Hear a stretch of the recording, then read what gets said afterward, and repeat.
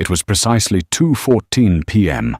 on a bleak, rain-swept Tuesday when Dominic Reed's meticulously curated double life began to violently unravel. At that exact moment, he was hidden away in the velvet-draped corner booth of l'Orangerie, swirling a $400 glass of Cabernet and laughing as his mistress, Vanessa, traced the rim of her crystal flute. He felt invincible, a titan of industry who had successfully compartmentalized a pregnant wife at home and a stunning lover in the city. But 3 miles away, in the sterile, glass-walled lobby of his own architectural firm, a breathless courier had just dropped off a heavy, legal-sized manila envelope. Inside were not just divorce papers, but the absolute, calculated destruction of his entire empire. Dominic Reed was a man who believed he held the world on a string. At 42, he was the senior partner at Reed & Associates, one of Chicago's most aggressive and lucrative commercial real estate development firms. He had the sharp jawline, the custom Italian suits, and the blinding charisma that made investors empty their pockets and competitors sweat. Sitting across from him, in the dimly lit, exclusive dining room of l'Orangerie, was Vanessa Kensington. Vanessa was a 28-year-old art consultant with raven hair, a sharp wit, and a moral compass that pointed only toward luxury. She was everything Dominic felt he deserved at this stage in his life, a reward for his high-stakes stress, a secret indulgence that made him feel alive. "You're not even listening to me, Dom," Vanessa purred, leaning across the white tablecloth.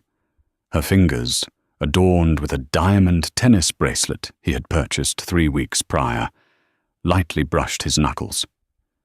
"I was saying that the gallery opening on Thursday is going to be packed. Are you sure you can slip away?" Dominic offered a confident, easy smile, the kind that usually disarmed anyone in his path. "I told you, it's handled. Callie has a prenatal yoga retreat thing, or maybe it's a birthing class. Honestly, I lose track. She's 6 months along now. All she does is sleep, decorate the nursery, and complain about her swollen ankles. I'll tell her I have a late dinner with the zoning board. I'm always at the zoning board." Vanessa laughed, a soft, melodic sound that stroked his ego perfectly. "Poor Callie. It must be so exhausting being your wife."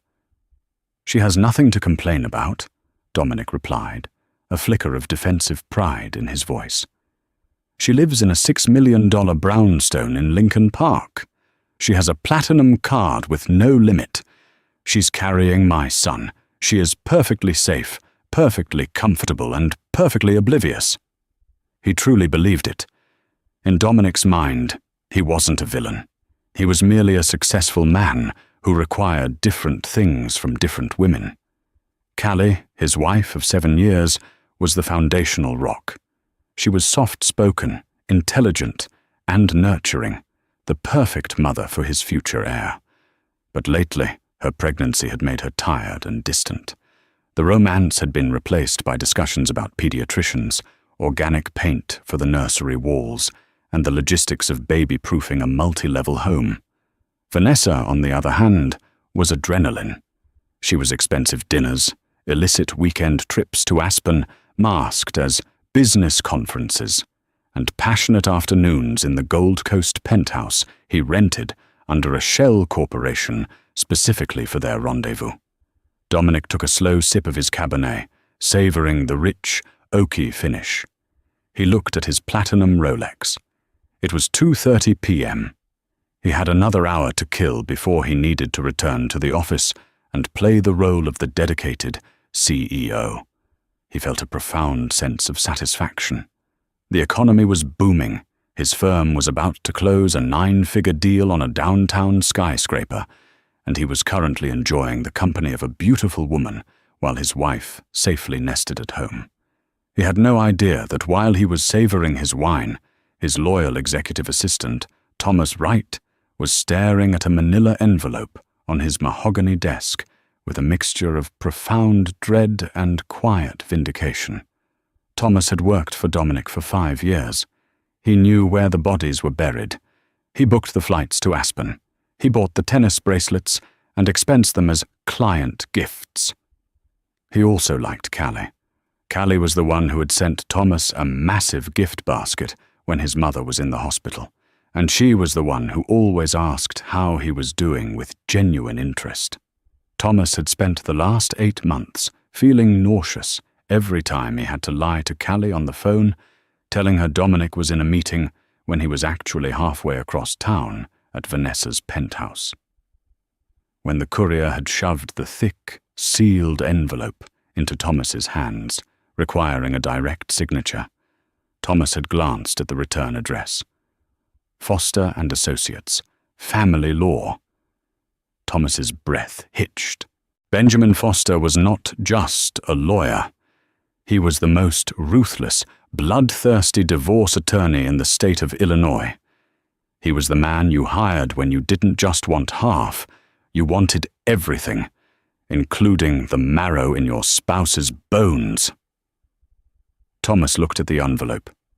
It was heavy. Too heavy for just a standard dissolution of marriage. This was a tactical strike. Thomas carefully placed the envelope squarely in the center of Dominic's pristine glass desk, perfectly aligned with his Mont Blanc pen. The bomb was planted. All Dominic had to do was walk in and open it. To understand the sheer magnitude of the trap Dominic was walking into, one had to rewind exactly 84 days. Callie Reed was not the naive, swollen-ankled housewife Dominic perceived her to be. Before she married Dominic, Callie had been a senior forensic accountant for a top-tier auditing firm. She had given up her grueling 80-hour work weeks when they decided to start a family, transitioning into managing their personal portfolio and philanthropic endeavors. Dominic, blinded by his own arrogance, had forgotten that his wife made her living finding hidden money. 84 days ago, Callie was sitting in her sunlit home office, a mug of decaf tea cooling beside her laptop. She had been reconciling their quarterly expenses, a mundane task she usually breezed through. But a discrepancy caught her eye. It was small, a recurring monthly transfer of $8,500 to an LLC named Blue Horizon Consulting. Dominic had hundreds of vendors and shell companies for his real estate projects, but Callie's mind was trained to spot anomalies. The routing number traced back to a small community bank, not the massive commercial banks Dominic usually leveraged. Curiosity piqued, Callie dug deeper. She spent the next 6 hours going down a rabbit hole of digital breadcrumbs. She cross-referenced IP addresses, pulled public property records, and analyzed credit card statements. By midnight, while Dominic was supposedly flying back from a conference in Seattle, Callie had unraveled the entire tapestry of his deception. Blue Horizon Consulting was the shell company Dominic used to pay the lease on a luxury penthouse in the Gold Coast. She didn't cry immediately. The shock was too absolute, a cold, paralyzing venom that froze her veins. She sat in the dark, her hands resting protectively over her slightly rounded belly, feeling the faint, fluttering kicks of her unborn son. The next morning, she hired a private investigator named George Finch. Over the next 3 weeks, Finch provided her with a devastating portfolio. High-resolution photos of Dominic and Vanessa, restaurant receipts, hotel logs. But worst of all, Finch uncovered how Dominic was funding his double life. Dominic wasn't just using personal funds. He was siphoning money from his firm's operational budget, inflating contractor invoices on their new commercial build, and funneling the excess into offshore accounts to maintain his illusion of infinite wealth for both his wife and his mistress. He was committing corporate fraud. It was in that moment, sitting in Finch's dingy office, looking at wire transfer receipts, that Callie's heartbreak transmuted into something cold, hard, and utterly terrifying. absolute resolve. Most women would have confronted him. They would have thrown his clothes on the lawn, screamed until their voices gave out, and demanded answers. Callie did none of that. She knew Dominic. He was a master manipulator. If she confronted him, he would gaslight her, move the money, and drag the divorce out for years in court, using his high-powered corporate lawyers to bleed her dry. Instead, Callie smiled. She played the part of the tired, glowing, pregnant wife. She let him rub her feet and tell her he loved her. She listened to his lies about late-night zoning meetings and simply kissed his cheek, telling him not to work too hard. Behind his back, she orchestrated a masterpiece. She quietly hired Benjamin Foster. Together, they spent 2 months building an airtight, inescapable cage. Callie used her forensic accounting skills to legally compile a staggering dossier of Dominic's financial crimes. She secured her own assets. She quietly transferred sentimental items out of the house into a secure storage unit. She even preemptively spoke to the board members of Reed and Associates under the guise of estate planning, subtly ensuring they would side with her when the truth came out. On the morning of the Tuesday the papers were delivered, Callie woke up early. She made Dominic his favorite espresso. She tied his silk tie for him, smoothing the lapels of his suit. "Have a good day at the office, honey," she had said, her voice steady and warm. "I have a lot of errands to run today." "Don't overexert yourself, Callie. The baby," Dominic had replied, kissing her forehead with a patronizing pat. "I'll be late tonight. Dinner with the investors." "I know," Callie whispered. "I'll be fine." The moment Dominic's Mercedes pulled out of the driveway, Callie sprang into action. She didn't have errands. She had movers waiting 3 blocks away. Within 4 hours, her clothes, her personal documents, and every single item she had purchased for the nursery were packed into a truck. By 2 p.m., she was sitting in a first-class seat on a flight to Boston, where her parents lived, and where she had secretly purchased a beautiful, secluded home under her maiden name. She was sipping sparkling water, feeling the weight of the last 7 years lift off her shoulders. At 2:14 p.m., as Dominic laughed with Vanessa, Callie's plane broke through the cloud cover, ascending into the clear blue sky. Dominic strutted back into the lobby of Reed and Associates at 3:15 p.m. He smelled faintly of expensive steak, Vanessa's Tom Ford perfume, and arrogance. He tossed his umbrella to the receptionist with a charismatic wink and marched toward his corner office. Thomas was standing nervously by the filing cabinets outside Dominic's door. "Any fires I need to put out, Tom?" Dominic asked, not really caring about the answer as he pushed open his heavy glass door. "Just a package for you, sir. Marked highly confidential. I put it on your desk," Thomas said, his voice unusually tight. Dominic barely registered the tone. "Great. Hold my calls for the next 20 minutes. I need to review the structural reports for the downtown project." The door clicked shut behind him. The office was dead silent, save for the soft hum of the city traffic 50 floors below. Dominic walked to his desk, loosening his tie. He saw the thick manila envelope sitting perfectly in the center of his blotter. Foster and Associates, family law. Dominic's brow furrowed. He didn't know a Foster. He certainly didn't need family law services. Perhaps it was a misdirected parcel for one of the junior partners. He slid his silver letter opener through the flap and pulled out the thick stack of documents. The cover page was printed in stark, uncompromising black ink. In the Circuit Court of Cook County, Illinois petition for dissolution of marriage, Callie J. Reed, petitioner, versus Dominic A. Reed, respondent. Dominic stopped breathing. The air in the room suddenly felt thin, as if the oxygen had been vacuumed out. His eyes darted over the words again and again, refusing to process the information. Callie? No. Impossible. Callie was at home, looking at paint swatches. Callie didn't know the first thing about divorce lawyers. This was a prank. It had to be a sick, twisted prank.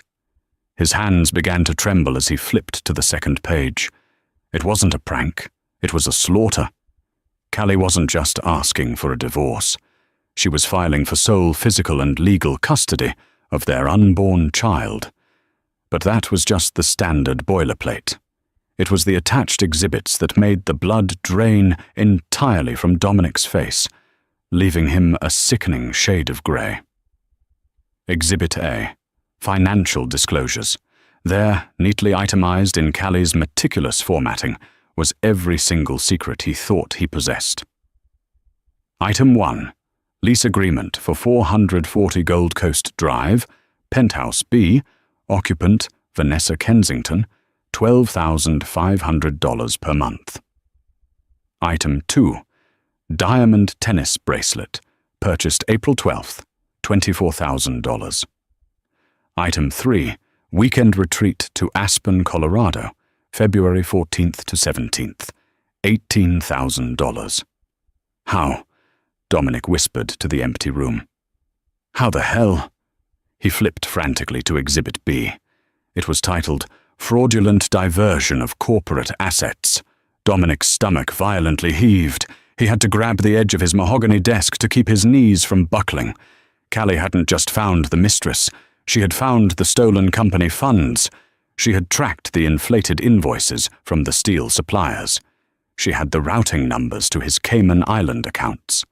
In a perfectly worded, legally binding paragraph, Benjamin Foster outlined that Callie Reid had already submitted a preliminary report of these financial irregularities to the Securities and Exchange Commission, as well as the internal board of Reid and Associates, to protect her own liability as a spouse. She hadn't just filed for divorce. She had legally and systematically burned his career to ash. Panic, raw and primal, finally shattered his paralysis. Dominic lunged for his desk phone. He practically smashed the buttons dialing his home number. It rang once, twice, 3 times. Then, the automated voice of the carrier clicked on. The number you have reached has been disconnected, or is no longer in service. No, no, no, Dominic muttered, sweat breaking out on his forehead. He snatched his cell phone from his pocket and dialed Callie's mobile. It went straight to voicemail. Hi, this is Callie. Leave a message. Callie, pick up the phone, Dominic shouted into the receiver, his voice cracking with a pathetic desperation he hadn't felt since he was a child. Whatever this is, we can fix it. Please, just talk to me. Call me back immediately. He threw the phone onto the desk. He needed to get home. He needed to physically stand in front of her, use his charm, manipulate her, beg her, whatever it took to stop this freight train before it derailed his life completely. He sprinted out of his office, startling Thomas. Cancel everything, Dominic roared, not even waiting for the elevator, shoving open the heavy door to the emergency stairwell. It took him 20 minutes to drive home, breaking every speed limit on Lakeshore Drive, his mind spinning in a chaotic loop of denial and terror. She can't do this. I'll destroy her in court. I'll take the baby. I'll hide the money. But deep down, beneath the raging ego, he knew Callie. If Callie had fired the gun, it meant she had already ensured the bullet would hit him directly between the eyes. He pulled into the driveway of their Lincoln Park brownstone. It looked exactly the same. The hydrangeas were blooming. The elegant brickwork stood proud. Dominic fumbled with his keys, practically tearing the front door off its hinges as he burst into the foyer. Callie, he bellowed, his voice echoing off the vaulted ceilings. Silence. The kind of profound, hollow silence that only exists in an empty house. He ran into the living room. Her favorite cashmere throw was missing from the sofa. He took the stairs 2 at a time, bursting into the master bedroom. Her closet doors were wide open. Her side, usually filled with neat rows of designer dresses and maternity wear, was entirely stripped bare. Only empty velvet hangers remained, swaying slightly from the draught of the open door. Breathing heavily, his chest heaving, Dominic walked slowly down the hall to the nursery. They had spent weeks painting it, a soft sage green. He pushed the door open. The crib was gone. The rocking chair was gone. The changing table, the stuffed animals, the tiny folded clothes, all of it vanished. In the center of the empty room, sitting perfectly square on the hardwood floor, was a single, small item. Dominic walked over on trembling legs and looked down. It was the ultrasound picture of their son, taken at 20 weeks. The one Dominic had supposedly missed because he was stuck in traffic, while he was actually in bed with Vanessa. Clipped to the ultrasound was a small, handwritten note on Callie's personalized stationery. Dominic fell to his knees, the expensive fabric of his suit pants tearing against the wood, and picked up the note. His vision blurred as he read her neat, precise handwriting. "I hope the zoning board meetings were worth it, Dominic. You built a beautiful house of cards, but you forgot who balances the books. Do not try to find me. My lawyers will handle everything from here. Goodbye." Dominic stared at the word goodbye. The silence of the empty house pressed against his eardrums until it roared. His phone buzzed in his pocket. He pulled it out, hoping with irrational desperation that it was Callie. It was an automated calendar reminder. Drinks with Vanessa at the Oak Room, 6 p.m. For the first time in his life, Dominic Reed realized he was completely, utterly, and hopelessly ruined. And the most terrifying part was knowing that the destruction had only just begun. Dominic Reed did not sleep that Tuesday night.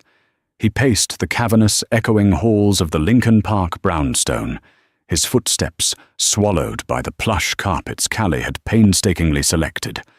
He drank half a bottle of scotch, not to savor it, but to numb the mounting terror that was clawing at his throat.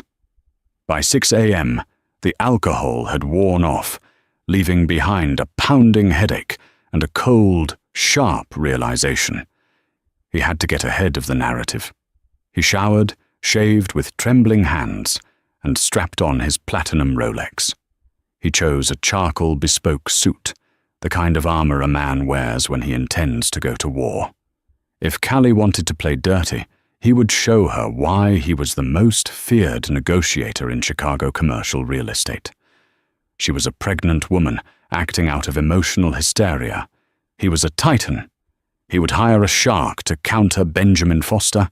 He would freeze their joint accounts, and he would manipulate the firm's board into burying the financial discrepancies. He pulled his Mercedes into the VIP underground garage of Reed and Associates at 7:30 a.m., aiming to corner his partners before the rumor mill began churning. He walked up to the private executive elevator and swiped his keycard. The small digital screen flashed red. Access denied. Dominic frowned, swiping it again. Access denied.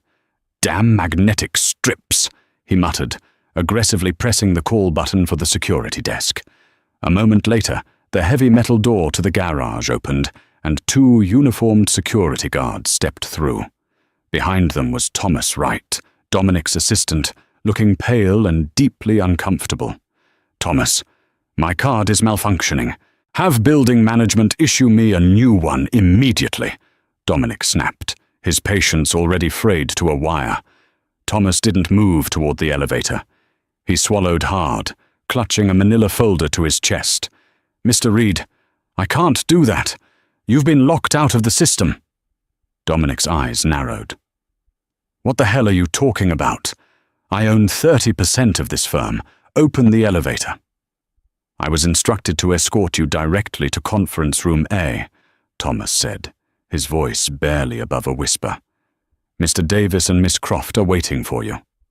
A cold sweat broke out on the back of Dominic's neck. George Davis and Fiona Croft were the founding partners. They were usually in London this time of year. If they were sitting in Conference Room A at 7:30 in the morning, the blast radius of Callie's package was moving faster than he could have ever anticipated. Dominic allowed himself to be escorted up the freight elevator, his pride violently bristling at the indignity. When the doors opened to the 50th floor, the bullpen was entirely empty. The silence was deafening. He pushed open the heavy glass doors of Conference Room A. George Davis, a formidable man in his 60s with eyes like chipped flint, sat at the head of the long mahogany table. Fiona Croft, sharp, pragmatic, and utterly ruthless, sat to his right. In the center of the table sat a replica of the exact same thick envelope Dominic had received the day before. "Take a seat, Dominic," George said. It was not a request. Dominic remained standing, projecting an aura of indignation. "I don't know what kind of stunt my estranged wife is trying to pull, George, but I assure you, this is a private domestic dispute that has spilled over. I am handling it." Fiona offered a humorless, razor-thin smile. "A private domestic dispute? That is a fascinating way to describe $4.2 million in embezzled corporate funds, Dominic." The air left Dominic's lungs. "Those are baseless allegations. Callie is a vindictive woman who—" "Stop talking!" George barked, his voice echoing off the glass walls. "Do not insult our intelligence. We spent the entire night on the phone with our forensic auditors and external legal counsel. Your wife didn't just make allegations, Dominic. She provided the receipts. She provided the shell company registrations. She provided the wire transfers to Blue Horizon Consulting and the offshore accounts in the Caymans. She tracked the inflated invoices for the structural steel on the riverfront project down to the penny." Fiona leaned forward, resting her perfectly manicured hands on the table. "You used our operating capital to fund a penthouse for a 28-year-old art consultant. You forged our signatures on expenditure approvals. You exposed this entire firm to catastrophic liability. And worst of all, your wife sent a preliminary disclosure of these findings to the SEC. They are already investigating." Dominic's knees finally gave out. He sank into the leather chair opposite them, his charcoal suit suddenly feeling like a straitjacket. "I can replace the funds. I have equity. I have the liquid assets. We can quietly balance the ledgers before the SEC digs too deep." "You don't have liquid assets anymore, Dominic," Fiona stated coldly. "Benjamin Foster filed an emergency ex parte motion at 8 a.m. yesterday. All of your personal and joint accounts are frozen pending the divorce litigation due to the high flight risk and the nature of the financial fraud. You can't even buy a cup of coffee without a judge's permission." Dominic stared at her, the horrific reality of Callie's masterstroke finally locking into place. She hadn't just left him. She had financially decapitated him. She had systematically cut off every single avenue of escape before he even knew he was in danger. George slid a sleek, black leather folio across the polished wood of the table. "This is a separation agreement. You are resigning, effective immediately, citing personal health reasons. You are surrendering your 30% equity in the firm to cover the exact amount of the embezzled funds, plus the punitive damages we will incur handling the SEC fallout. In exchange, we will not press criminal charges for the corporate fraud." "You're stealing my company from me," Dominic whispered, his voice cracking. "My life's work."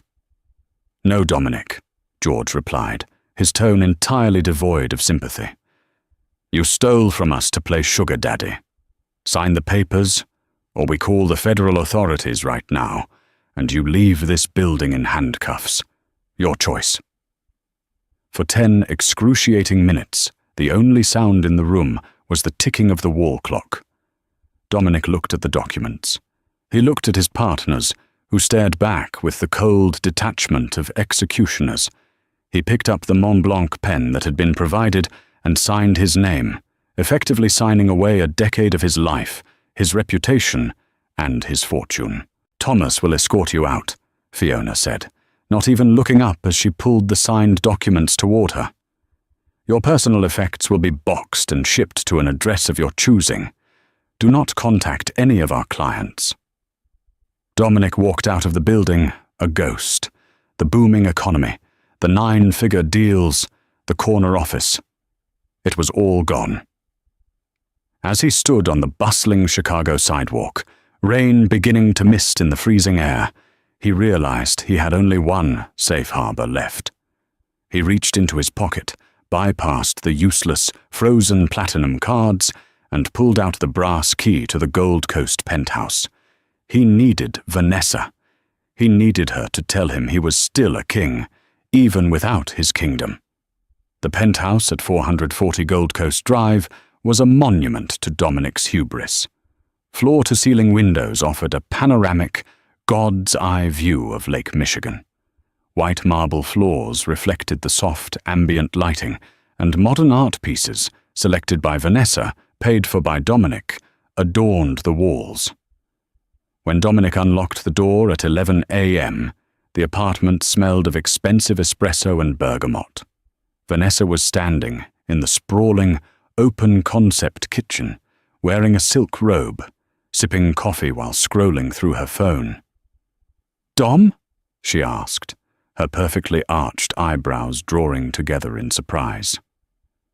"What are you doing here? You never come here in the morning. I thought you had a board meeting." Dominic closed the door and leaned against it, his tailored suit rumpled, his face haggard and grey. The facade was entirely broken. "I was fired, Vanessa." Vanessa froze, the coffee cup hovering inches from her lips. "What? What do you mean? Fired? You're a senior partner." "Callie," Dominic choked out, walking over to the marble island and gripping the edge to steady his shaking hands. "Callie knew everything. She hired a private investigator. She found out about us. She found out about the penthouse. She emptied the house, took the baby, and filed for divorce." Vanessa's expression shifted, but it wasn't a look of empathetic horror. It was a swift, calculating sharpening of her features. "She knows about me. Does her lawyer have my name?" "That's the least of our problems," Dominic said, desperate for her to close the distance, to wrap her arms around him, and offer the intoxicating comfort he had grown addicted to. "She found out how I was paying for this place. The company funds. She told my partners. They forced me out, Vanessa. I had to surrender my equity to stay out of federal prison. Benjamin Foster froze all my accounts. I have nothing. I'm completely locked out." Vanessa slowly lowered her coffee cup, the porcelain clinking sharply against the marble countertop. The silence stretched between them, thick and suffocating. She didn't move toward him. Instead, she took a deliberate step back, crossing her arms over her silk robe. "Frozen," she repeated, her voice dropping an octave, losing its usual musical lilt. "What do you mean, frozen? For how long?" "Months, maybe years until the divorce is settled," Dominic pleaded, reaching a hand out across the island. "But it's going to be okay. I'm brilliant. I can rebuild. I'll consult.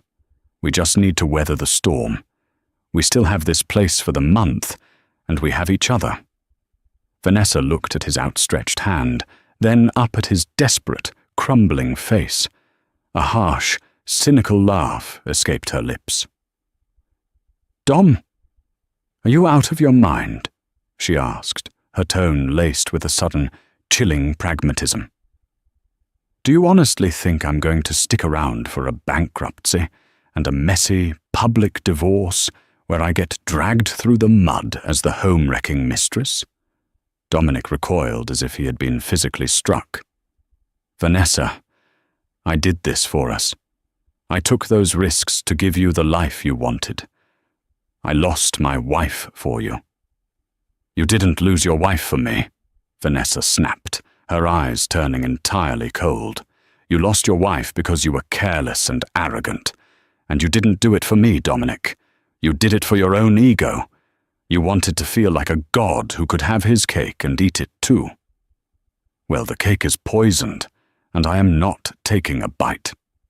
She turned on her heel and walked briskly toward the master bedroom. What are you doing? Dominic demanded, rushing after her. Vanessa was already pulling 3 massive Louis Vuitton suitcases from the top shelf of the walk-in closet. I'm packing. The lease on this place is in the name of your shell company, which means the moment the auditors come knocking, this asset is getting seized. I'm not going down with your sinking ship. You're leaving me. Now, after everything I've bought you, Dominic yelled, his desperation morphing into a pathetic, venomous rage. That tennis bracelet on your wrist cost $24,000. Vanessa paused, unfastening the diamond bracelet with one hand. She tossed it onto the plush duvet cover. It landed with a soft, muted thud. Take it. Sell it. Pay your lawyer, because from the sound of this Benjamin Foster guy, you're going to need a miracle. She didn't even look at him as she began throwing her designer clothes into the luggage. I suggest you leave, Dominic. I'm calling a car to take me to the airport in an hour. I have a friend in Miami who has been begging me to visit. I think it's time I took him up on it. Dominic stood in the doorway of the bedroom, entirely paralyzed. In less than 24 hours, the grand, immaculate architecture of his life had been systematically demolished. He was standing in a penthouse he no longer owned, watching the woman he thought adored him pack her bags without shedding a single tear. He was utterly alone. 2 weeks later, the reality of Callie's tactical genius became a suffocating daily nightmare. Dominic was sitting in the cramped, aggressively beige office of Robert Hughes, a mid-tier divorce attorney who was the only one willing to take his case on a retainer funded by the sale of his watch and Vanessa's discarded tennis bracelet. The top-tier lawyers in the city had either conflict of interest clauses tying them to Reed and Associates, or had flatly refused to go up against Benjamin Foster in a fraud-adjacent divorce. They were dialed into a secure video conference for the preliminary asset hearing. On the screen, Benjamin Foster sat in his opulent, dark wood office, radiating the calm, predatory confidence of a great white shark circling a wounded seal, and beside him, sitting poised and glowing, was Callie. She was in Boston. The video feed showed a glimpse of a beautiful, sunlit room behind her, with a roaring fireplace and plush, comfortable furniture. She looked rested. The dark circles that had plagued her during her last weeks in Chicago were gone. Her hair was perfectly styled, and she wore a soft, elegant cream sweater that accentuated her pregnancy. Dominic stared at the screen, a suffocating mixture of longing, rage, and profound regret tightening his chest. "Callie," he breathed, leaning toward the laptop camera. "Callie, please, can we just talk? Privately." Callie didn't flinch. Her eyes, usually so warm and accommodating, met the camera lens with a terrifying, serene emptiness. She didn't see him as her husband anymore. She saw him as a closed account. "Mr. Reed," Benjamin Foster's voice boomed through the speakers, sharp and authoritative. "My client will not be speaking to you today, or any day, unless she is under oath. We are here to establish temporary support and maintain the freeze on the marital estate." "My client has zero income," Robert Hughes interjected, sweating slightly under his cheap suit. "He was forced to resign from his firm. He surrendered his equity. The asset freeze is overly punitive. How is he supposed to live?" Foster smiled, a thin, cruel line. "Your client is a highly educated man with a vast network, Mr. Hughes. I'm sure he can find employment, perhaps in retail or food service. However, the $4 million he embezzled from his firm was marital property, as it was acquired during the marriage and exposed my client to immense liability. We will be seeking an unequal distribution of the remaining estate to compensate for his dissipation of assets on a paramour." Robert Hughes unmuted his microphone and sighed heavily. "Your Honor, the petitioner is effectively asking to leave my client destitute." The judge, a no-nonsense woman who had clearly read Callie's meticulous forensic accounting report, leaned into her frame. "Mr. Hughes, given the compelling evidence of your client's gross financial misconduct and fraudulent depletion of the marital estate to fund an extramarital affair, the freeze remains in full effect. Furthermore, I am ordering Mr. Reed to pay temporary spousal support and cover the full cost of the petitioner's medical expenses moving forward. He will secure employment within 30 days or be held in contempt." Dominic buried his face in his hands. The gavel struck, a sharp, echoing crack that sounded like the final nail being driven into his coffin. The video feed cut out, leaving the screen black. Dominic was officially trapped in the wreckage he had built. Meanwhile, 1,000 miles away, Callie closed her laptop, took a deep breath of crisp New England air, and placed a hand on her stomach, finally free to build a life entirely on her own terms. While Dominic Reed was suffocating under the weight of his own hubris in Chicago, Callie Stanton, she had legally and swiftly reclaimed her maiden name, was building an empire in the quiet, historic enclave of Beacon Hill, Boston. The contrast between their two realities was as stark as night and day. 6 months had passed since the day the divorce papers were delivered to l'Orangerie. In that time, Dominic's life had become a masterclass in hard karma. Stripped of his equity, his reputation annihilated within the tight-knit commercial real estate community, and his assets entirely frozen by Benjamin Foster's relentless legal maneuvering, Dominic had been forced to face the humiliation he had once reserved for those he deemed beneath him. To avoid being thrown in jail for contempt of court regarding his mandated spousal support, Dominic had to secure employment. But no top-tier firm would touch him. He was a radioactive liability. Eventually, desperate and facing eviction from the cheap motel he had been living in, he took a job as a mid-level leasing agent for a strip mall management company in the sprawling, unglamorous suburbs of Naperville. The man who used to close $90 million downtown high-rises over $400 bottles of wine was now driving a 10-year-old leased sedan and arguing with nail salon owners about broken HVAC units. His bespoke Italian suits hung loosely on his shrinking frame, and the arrogant, blinding charisma that had once been his trademark had dissolved into a perpetual, hollow stare. Callie, however, was thriving in the brilliant light of her freedom. She had used the money she legally secured before the asset freeze to purchase a beautiful 3-story brick townhouse with ivy crawling up the sides. It was warm, secure, and entirely hers. But Callie was not a woman who simply rested on her laurels or relied solely on her divorce settlement. She was a brilliant forensic accountant, and the meticulous takedown of her ex-husband had reignited her passion for her work. 3 months into her new life in Boston, Callie launched Stanton Financial Forensics, a boutique consulting firm specializing in uncovering hidden assets in high-net-worth divorce cases. Her first client was referred to her by Benjamin Foster. Within weeks, Callie had traced millions of dollars a tech CEO had tried to hide in offshore cryptocurrency wallets. Word of her ruthless efficiency and unparalleled discretion spread through the elite legal circles of New England like wildfire.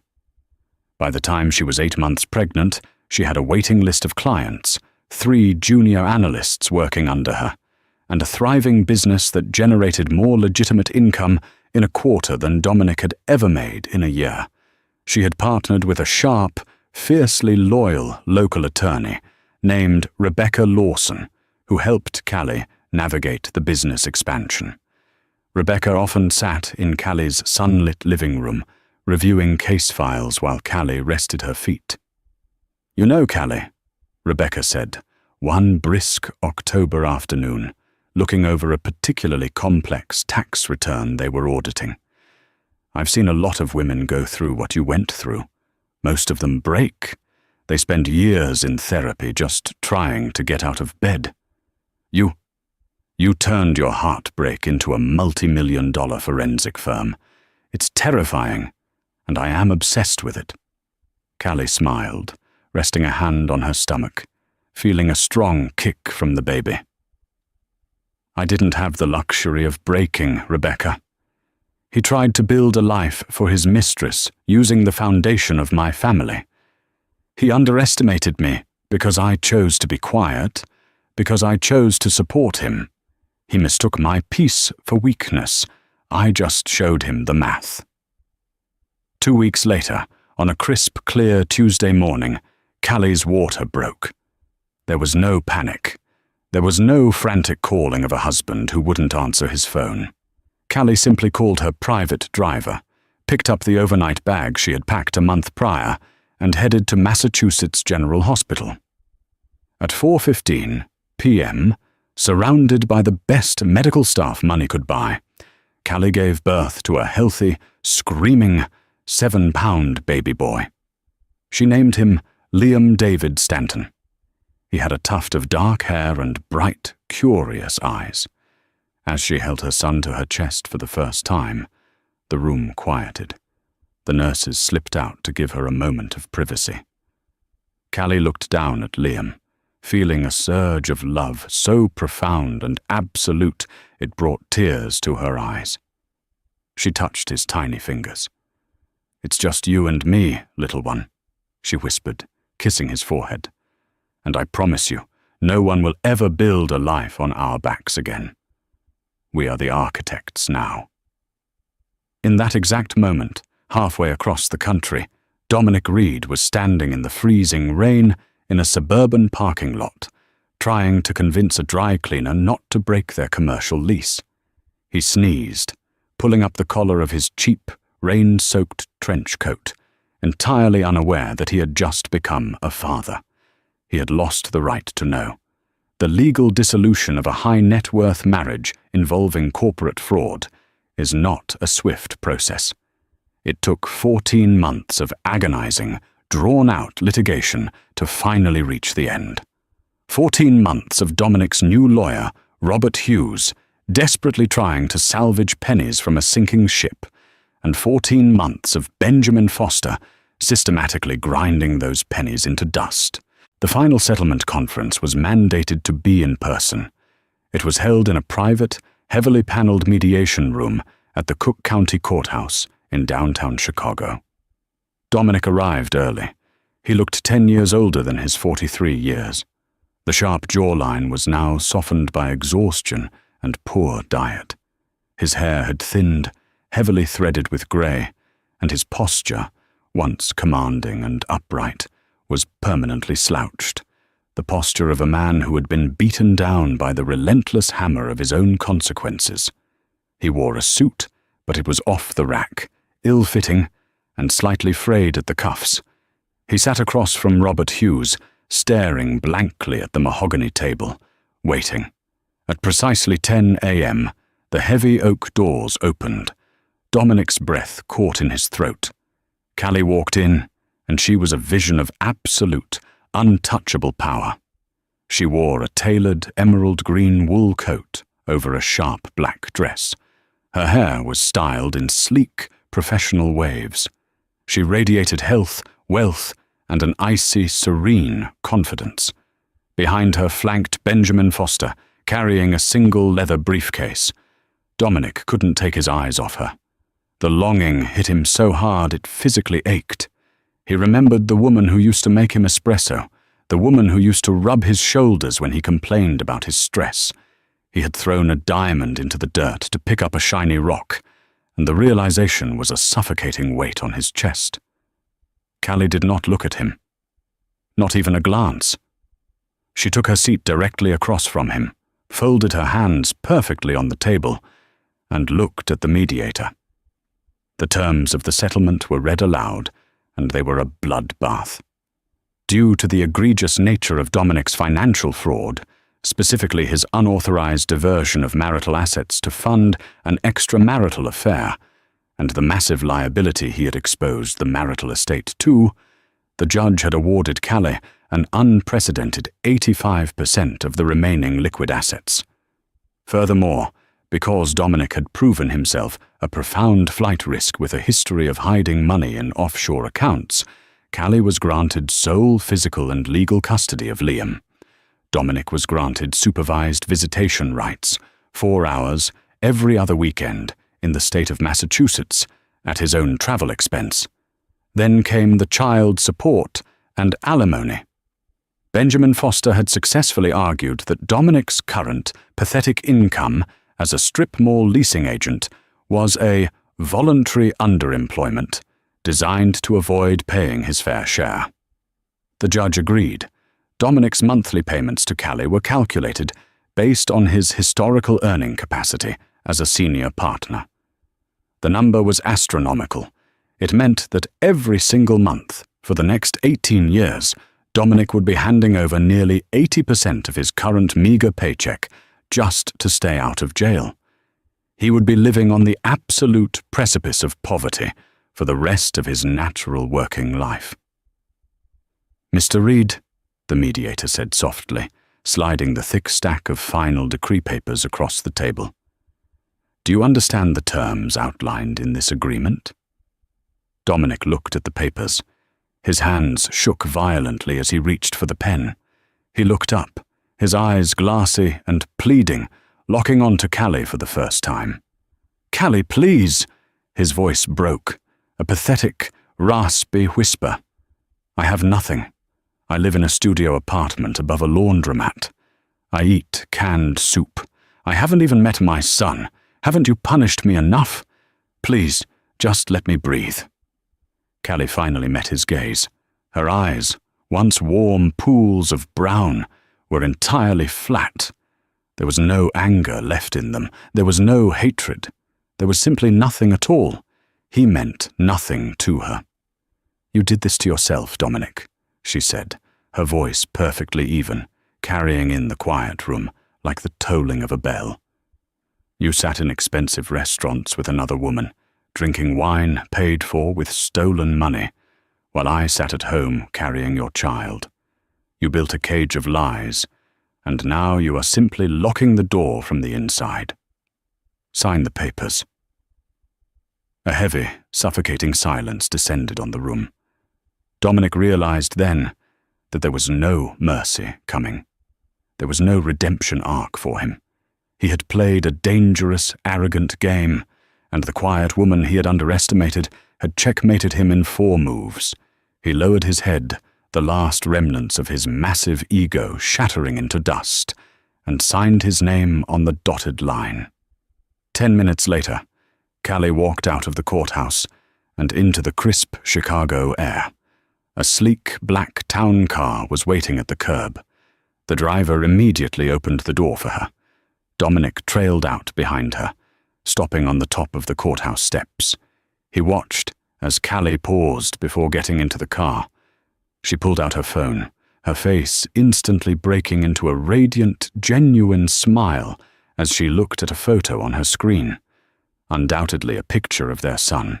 She typed a quick message, slipped the phone into her designer bag, and stepped into the luxury vehicle.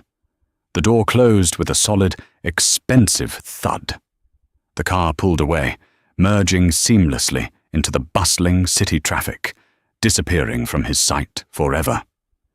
Dominic Reed stood alone on the concrete steps as a cold wind blew off Lake Michigan, chilling him to the bone.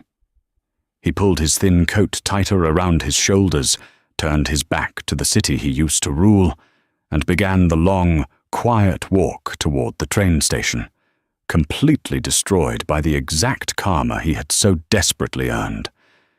And that is the absolute reality of hard karma. Dominic believed he was untouchable, a man who could manipulate the world, his business, and the women in his life without ever facing the bill. But he made the fatal mistake of underestimating a quiet, intelligent woman. Callie didn't need to scream, she didn't need to throw his clothes out the window, and she certainly didn't need to fight his mistress. She simply let his own arrogance be the weapon of his total destruction. It's a powerful reminder. Never mistake a person's silence for ignorance, and never assume you are the smartest person in the room just because you are the loudest. The truth always balances the ledgers in the end.